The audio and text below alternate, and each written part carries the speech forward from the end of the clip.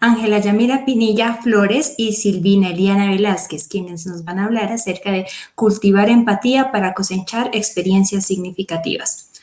La docente Ángela Pinilla es licenciada en Lenguas Extranjeras y especialista en Pedagogía de los Derechos Humanos de la Universidad Pedagógica y Tecnológica de Colombia. Se ha desempeñado como profesora de inglés en cursos de pregrado y extensión en la UPTC, en el Instituto Internacional de Idiomas, donde lleva 6 años. Le apasiona aprender idiomas y enseña didáctica amena en las lenguas extranjeras. La profe Silvina Velázquez es licenciada en lengua inglesa y posee un posgrado en traducción. Se desempeña como profesora de inglés en cursos de pregrado, posgrado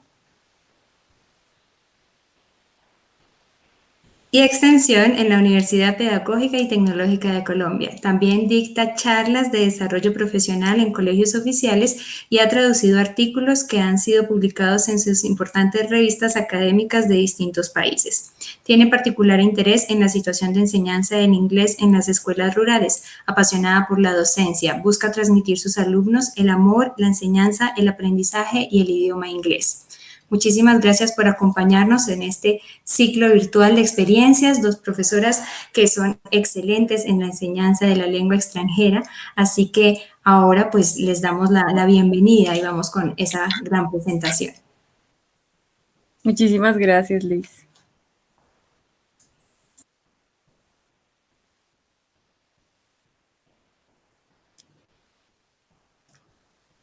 Silvi, ¿no te estamos escuchando? Ahí está. Ahora sí. Buenas tardes a todos. Muchísimas gracias por acompañarnos en esta tarde en nuestro conversatorio, en nuestra presentación Cultivando Empatía para Cosechar Experiencias Significativas. Espero que disfruten nuestra presentación y bueno, vamos a hacer un switch y nuestra presentación en el día de hoy va a ser en inglés. Angelita. Yep, so our presentation is called Cultivating Empathy to Harvest Meaningful Experiences. So we're, as Silvina said, Angela and Silvina, and we welcome you to this presentation. First of all, we would like to start this presentation with some food for thought. And we are going to read something to you. Those who can, do. Those who can teach, change the world. I am a teacher. I look at my classroom and I see the next generation of astronauts and inventors, healers and artists, mothers and fathers, thinkers and dreamers. My students will make discoveries both big and small. They will shape the marketplace, influence culture, improve lives, and I will help them. I will help them know themselves, other people, and the world around them. I will help them become kind, collaborative, and selfless change makers. I will help them because I am their teacher. My students will change the world. Because I might change theirs. So we changed a bit the last paragraph because we don't know for sure if we will change our students' future, but we know for sure that we can try at least to change it. So that's what we wanted to share with you. Okay, so you may be wondering what this presentation is going to be about, and this is what you're going to find in our presentation. We are going to talk about empathy and how it differentiates itself from sympathy. We are going to analyze a series of surveys applied to 10 groups of students and the results. And we are going to present you with some activities and strategies that may allow a transformation in the classroom, both face-to-face and online, if we decide to cultivate empathy and develop our emotional intelligence. And to this end, we have posed 3 questions we are going to answer during our presentation. The first question is, how much do we know the person behind the student? Can getting to know the individuals behind the students change the teaching learning experience and turn it into a meaningful experience? And is it possible to do this in the current situation where contact with the students is mediated by technology? You can answer these questions with us and leave your comments in the chat. Okay, so first of all, we would like to establish a difference between the two concepts. So you have here in the next slide, empathy versus sympathy. So first of all, we would like to establish the difference between those two concepts that might seem similar, but they're quite different. So what is empathy, and why is it very different from sympathy? So empathy feels connection and sympathy drives disconnection. So Dr. Brené Brown, she's a shame and empathy researcher at the University of Houston Graduate College of Social Work. She explains empathy as a sort of sacred space when someone is in a deep hole and they shout out from the bottom asking for help. So imagine yourselves in that situation. So someone is calling out for help. And the way we respond to that is what tells us if we're using empathy or if we're using sympathy.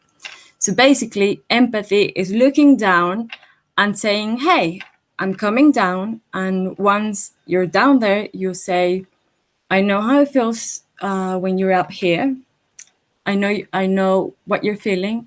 You're not alone. I'm here with you. Sympathy, on the other hand, is looking down the hole and saying, ooh, yeah, how did you get there? And then looking down and going, yeah, no, it looks bad. Yeah. No, I'm not going back. No, I don't want to go there. So that's sympathy. Sympathy is looking from afar, and empathy is going down there and trying to feel what the other person is feeling. Can we please look at the other slide? So we have here a very interesting theory by Theresa Weisman. She's a nursing scholar who studied professions where empathy is relevant and came up with 4 basic skills, 4 qualities that a person has in order to be an empathetic person. The first one is perspective taking. That means the ability to take the perspective of another person or recognizing that perspective as their truth. The second one is staying out of judgment, which isn't easy because we all know that gossiping is, fun for most of us. So it's hard to stay out of judgment. You always judge yourself and others. Number 3 is recognizing emotion in other people. And number 4 is communicating that you recognize that emotion in the person that's talking to you or in general. So empathy as a whole is feeling with people. Now we're going to talk about, in the next slide, please, building empathy in the classroom.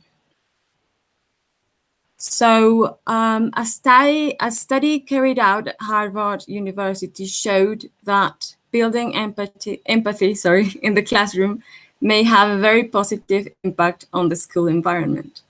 Although it doesn't necessarily take a lot of work to build empathy, it does take attention and it takes commitment. But it's worth for students, for educators, and for the school community. Studies show that when young people, or even old people, like people in general, have empathy, they may display more classroom engagement, higher academic achievement, better communication skills, lower likelihood of bullying, less aggressive behaviors and emotional disorders, and more positive relationships.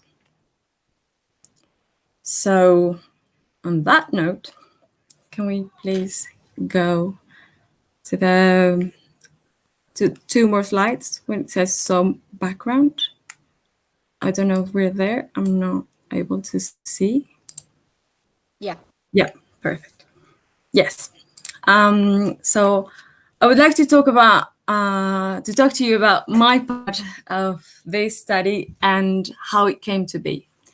So to give you some background, at the Languages Institute, we teach general English to a very large number of students from very different university programs. So in one course, we may have a student from medicine, 2 from engineering programs, 1 from physical education, 3 from economy. You get the point.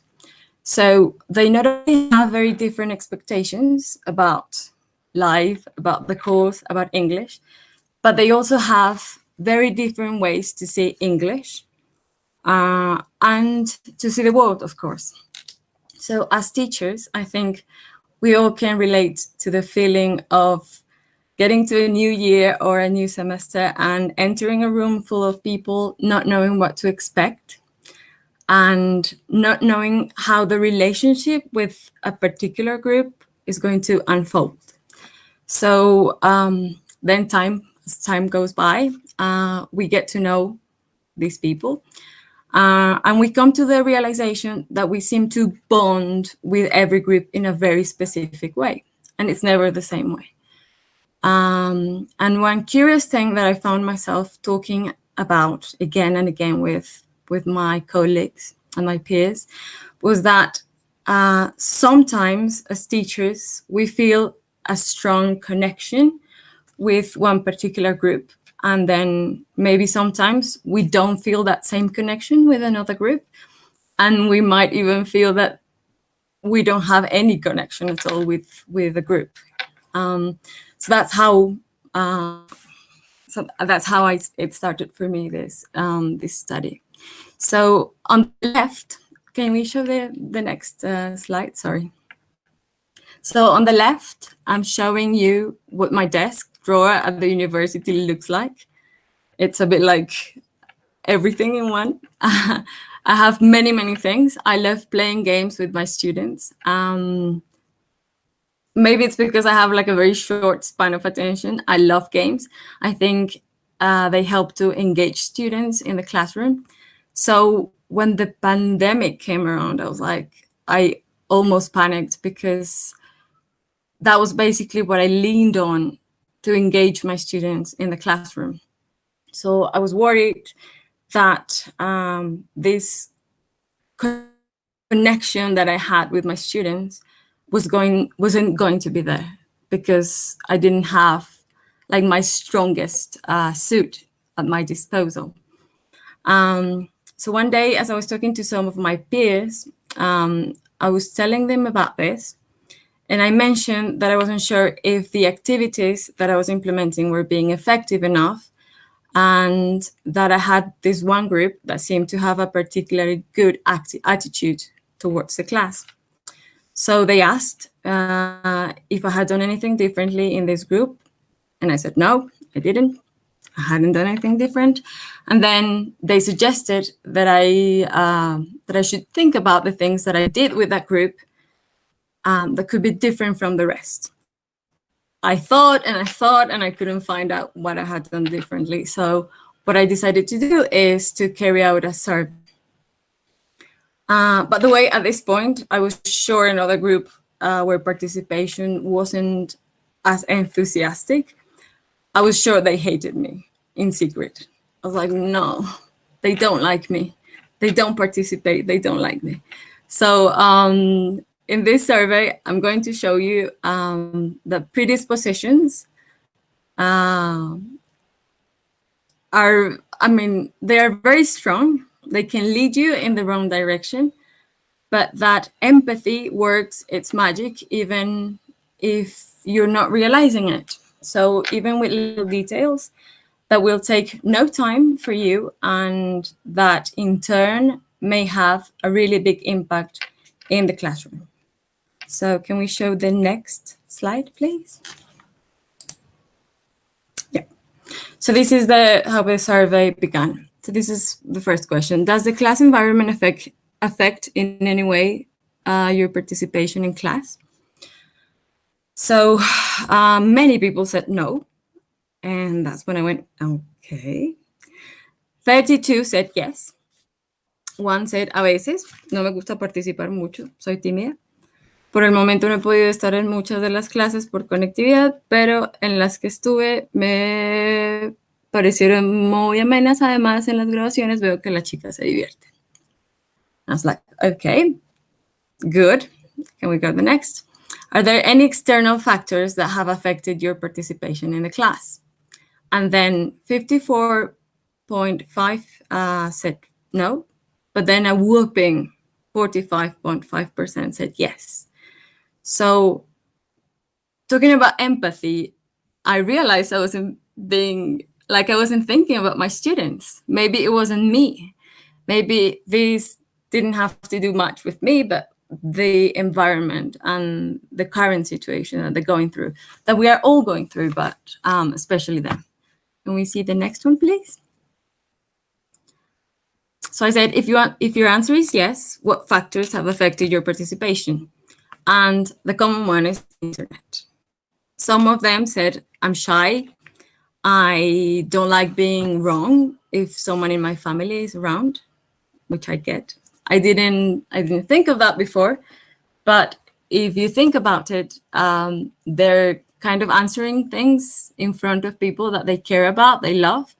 So they feel shame. They feel ashamed, and that's normal. But that's eye-opening. That was very eye-opening for me. Can we see the next one, please? The next one is, do you consider the relationship between the teacher and the group has influenced the course environment and in any way? 93% said yes, and the rest said no. So it's like a very, very large number. And then this is the moment of truth, I thought. I asked, why? Why do you think? Please explain your previous answer. And I started to look at the comments, and they were very, very nice. But I was looking for something wrong. So you have always in your mind something that's telling you, yeah, it's good, but let's keep scrolling, but there's something wrong. There has to be something wrong, right? And you get fixated with one thing that you did wrong. So I kept scrolling and scrolling. Can we go? Can we do another one? And another one? And another one? See, all those are very nice comments. The last one even said, I like your stickers because we communicate through WhatsApp. These all are very, very good comments, but I didn't. Okay, yes, I read them. But I was like obsessed with knowing what I had done wrong, right? Can we go to the next one? And then I found it. So I found this comment that said, it is very boring to study online, to have to put up with a bad teacher. And I went, I knew it. They hate me.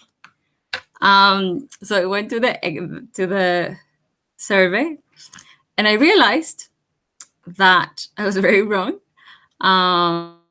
When I looked into the survey, it said the environment had helped them. The environment she thought, or he thought, was good for the class, and this happened to be an actual good comment.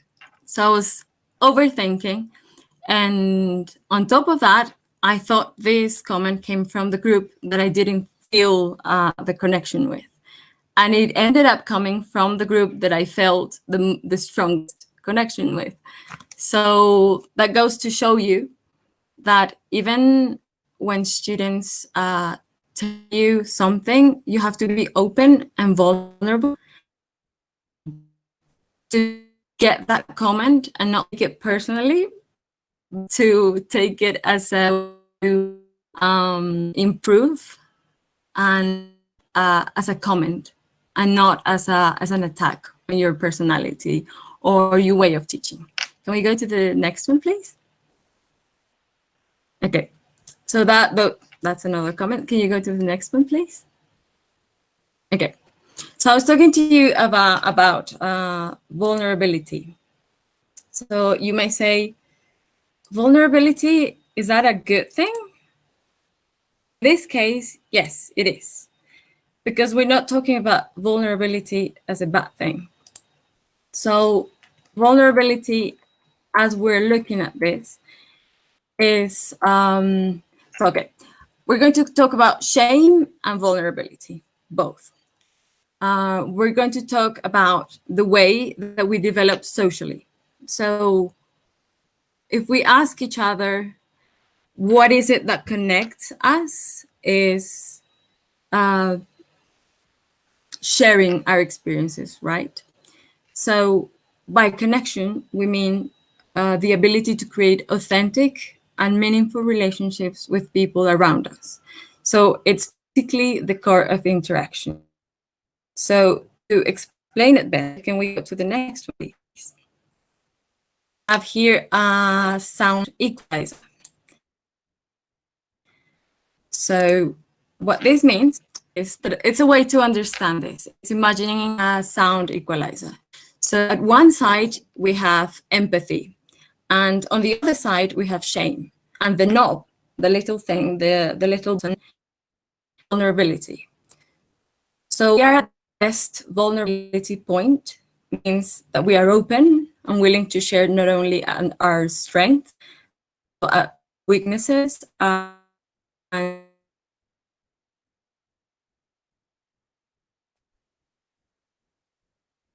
what, to the other side, we go to the side of shame. So vulnerability with shame is not sharing weaknesses for fear of disconnection. So I don't show you that I have this or that struggle because that may cause a disconnection between you and me. Can we go to the next one, please? So what I'm saying here is that empathy is a choice, and it is a choice that we have to make from our very own vulnerability, because in order to connect with our students, in this case, we have to connect with something within us that knows the feeling they are feeling. So for example, if a student tells me, I don't like the class, my reaction was like, why, right? Instead of that, you could go, I get what you mean. These are bad times. I think work this together. What is it you find wrong with the class? What do you think could improve it? So that's what I did. I asked them what was happening, what was wrong with classes, well, not with the classes or with themselves. So can we go to the next one? So I asked them for any external factors that they were going through. And I asked them if the confinement had affected them or their attitude towards the course. And number 5 is a lot, like very much. 4 is a lot. 3 is more or less. 2 is less than that. And 1 is not at all. But if you see in this graphic, there are many things that they are going through, like not only us, we're going through things. So it's not only our classes that they have to be paying attention to, but many, many things. Can we go to the next, please? Okay, so the next one is, what changes would you like to make in this class? This is a way of showing vulnerability. This is a way of saying, listen, I know the class is not perfect, nothing is. I would like you to tell me what I can do to improve. And they are very nice, and they can give you very, very good advice. And what I learned is that dialogue made them more confident, and they started to talk a lot more about class, and they talked to me a lot more. So can we go to the next one? I asked them later on, how would you describe your previous experiences studying the English language? Most of them said it was positive, and 11% said it was negative.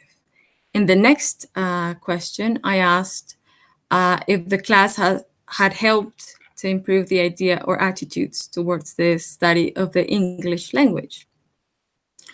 And they said yes, most of them, 85%, and 5% said no.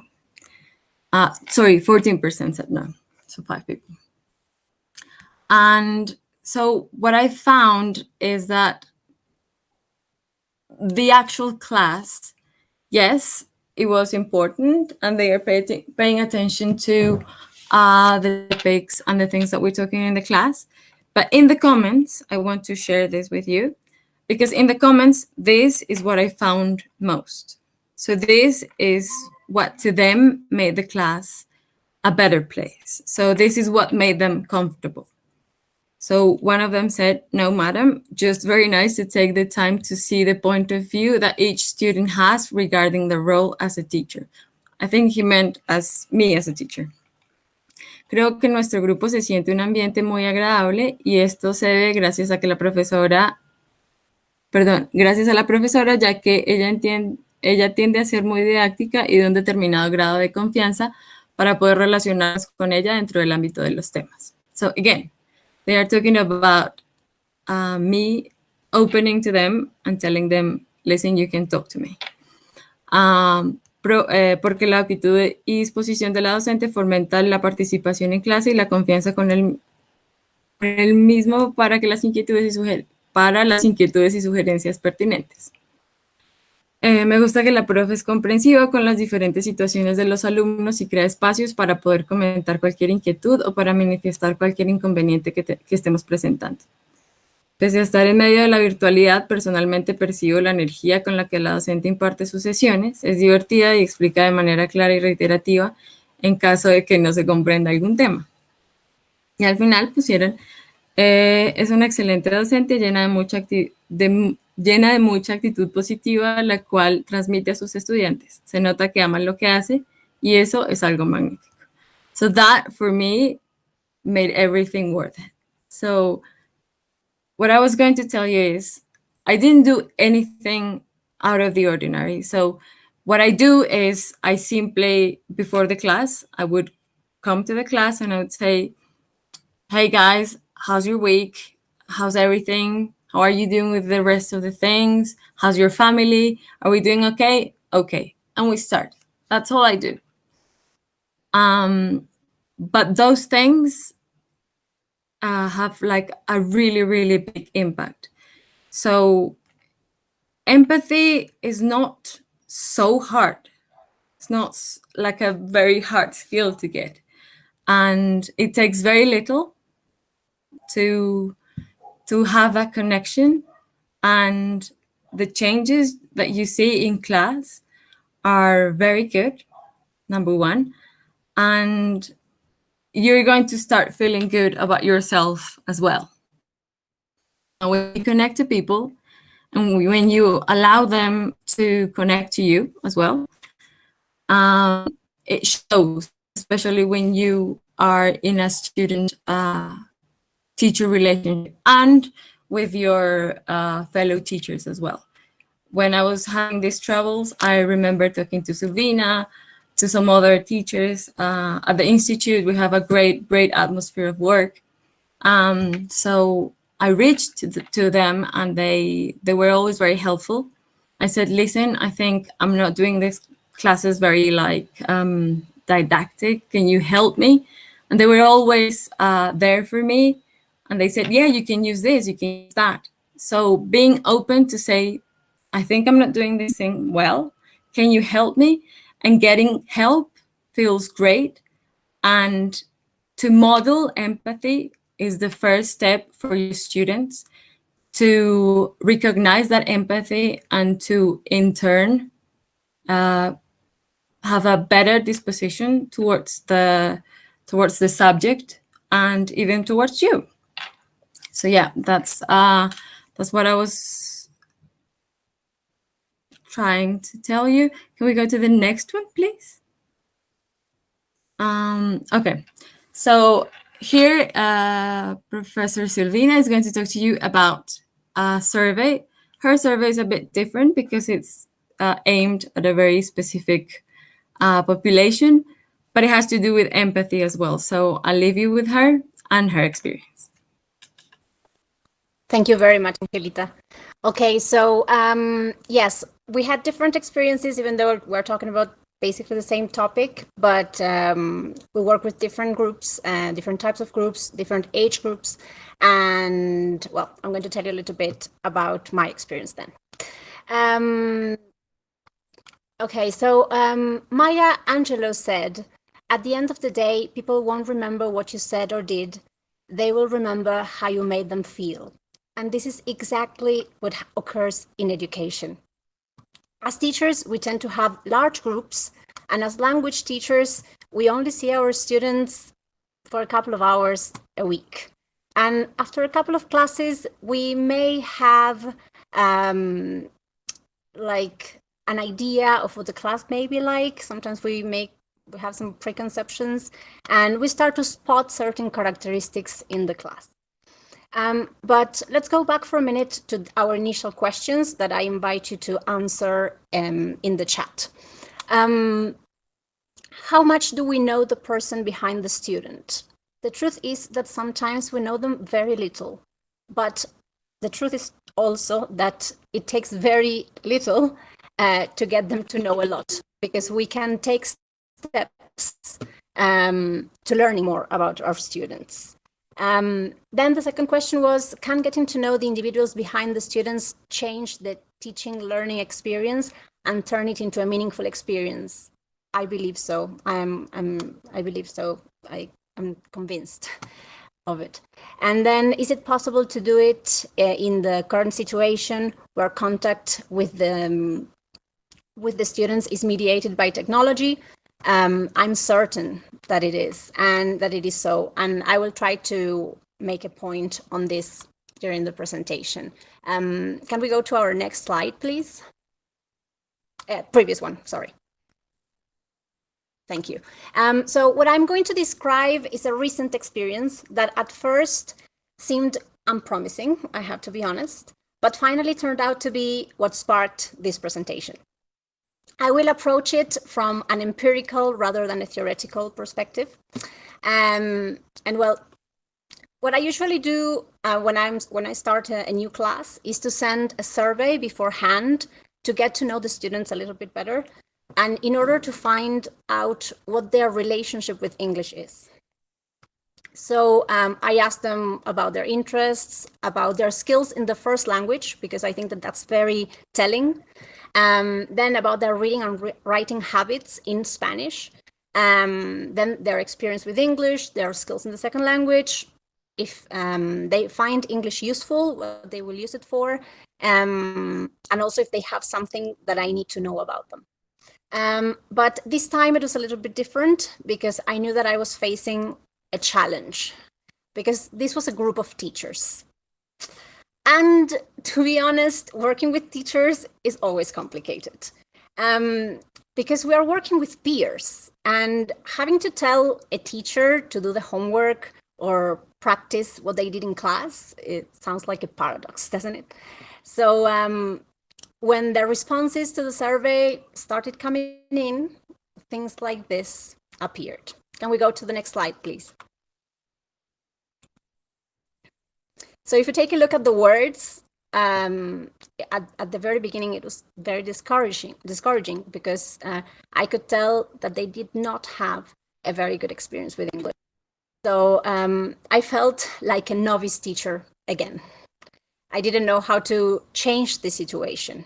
I had already prepared a class, but after reading these comments, I was sure that I had to change what I had prepared. I had to change my lesson plan completely. Let's go to the next one, please. So a change of plan was necessary. Next one, please. And I had to start thinking about something new, something different. Next. And so I came up with the idea of empathy. And I thought that empathy may be the key. That probably what I had to do was to step out of my role and put myself into the shoes of these new students, these teachers who were in the role of students at this point, and to try to feel what they felt. And in some cases, they really expressed their frustration. They had some of them had very bad experiences, which is very sad, by the way. So something that we need to, okay. So instead, I just decided to listen to them, okay? We talked for over an hour. They told me about their previous experiences, and I listened and I took down notes. And that was the beginning of a change. Next slide, please. Next, please. So let's take a look at this now. Dedicación. I learned much. There are some mistakes, but positive. Hablar sin temor. New ways to teach. Not impossible. Me gusta aún más. So there's a huge change. And again, next. And not only that, but in our last class, we even managed to do karaoke. So they could speak English. They lost the fear to speak English, but they could also sing in English, which was great. And we had a lot of fun. Next, please. So my intention with this presentation is not to give you any magic formula, but just to talk about something very simple, a tool that is very, very simple, that is to transform your classes, and that can also transform your lives. Since as the transformation comes from us, it may become a multiplying agent and can allow for better communication, less problems in the classroom, stronger ties between among the students, a more collaborative atmosphere, more participation, better relationships, and also stronger skills when it comes to creativity, helping to generate a safe space, collaboration, to the ability to identify the needs of others, and also emotional connection. And in the next slide, we are going to see some steps that I'm going to try to summarize, because I think that we are a little bit over time, sorry about that. But some ideas are to, first of all, prepare. Create a safe space for your students. And I don't say this as just something that people say. I really mean it. Students need to feel that the space that they have, that their English class is their safe space, and that they can make mistakes there, and that it's okay. And we need to try to do away with that idea that making mistakes is something bad. We need to lead by example. It's important that we take that into consideration, that we are being our students' model for this. Then try to engage the students, motivate them. I want to make a point on something a teacher said yesterday. Plan a class that you would like to take part in, sorry. And this is very important. Reread your plan, and if it doesn't work, if you see that it doesn't work, don't be scared of just making a ball and just chucking it. It's important to be flexible and to know when to make changes.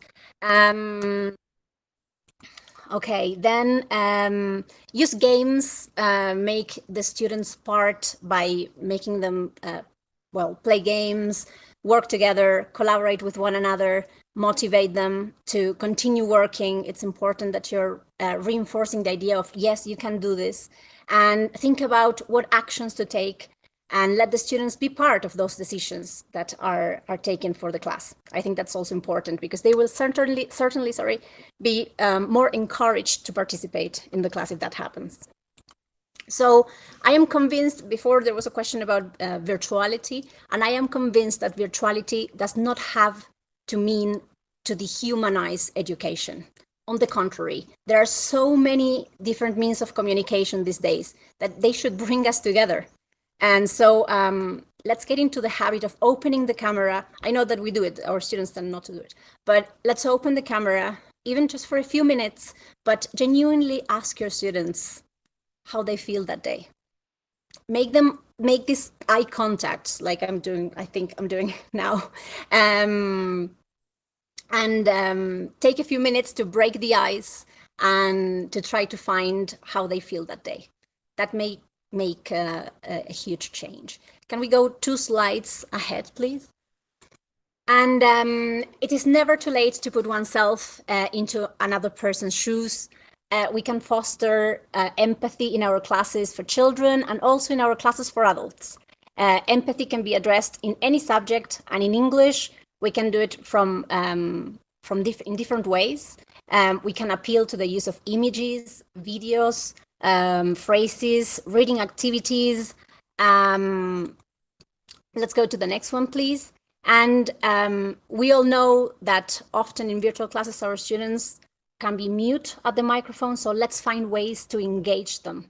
Let's listen to them. Let's give them surveys or a question that can lead to selecting an answer in a small opinion poll, for example. Let's use a few minutes at the end of our class to give them the chance to express themselves. And for example, by using an exit slip, we may want to learn and get some feedback about our classes, but we can also go the extra mile and let's add a space so they can tell us how they felt in our class, because these small actions can certainly bring about considerable changes. And just to, if we go to the next slide, please, just to present you with some final ideas, remember to put yourself in your students' shoes. Try to look at the world through their eyes. I think that's very, very important. Remember that our students are watching us. Acknowledge and understand their feelings, and ask them if they need help. Be there for them and let them know. I know that most teachers are doing this right now. I'm not. This is not something that I've just discovered. We are all doing this, or many of us are doing this right now. But I just want you to realize the importance of it, the huge difference that showing that you care may make for your students. And if we go to our last slide, this is the last thought I would like to leave you with, which is something that Edward Punset said, which is, lo importante es inundar al mundo de empatía. And I think that this is a very important thing to do, that this is something that can be multiplied and that we can all do this together. We have prepared a Padlet, and you will find the link in the chat. I don't know if we go to the last slide, first of all, and I don't know if we can share the link in the chat. Yeah, the link is being shared right now in your chat. Right. So that's how we're going to respond to your questions. So the idea is that you are going to help us flood this Padlet with ideas that we can do, that we can implement from now on in our classes. So we had we had two ideas. We left those ideas there. And now the idea is that you can also ask questions that you may have, leave us comments, and leave us your thoughts, and tell us how are you going to implement empathy in your classroom from now on. So we invite you to join us in Padlet. Leave us our comments, questions, and we'd love to see you there. Thank you for coming. Thank you so very much for your time with us. And we'll leave you with the next presentation from Professor Diego. We hope you have enjoyed this presentation, made with much love. And we hope that you get to implement empathy as well in your classes and in your life. Thank you very much. Thank you. Bye. Bye.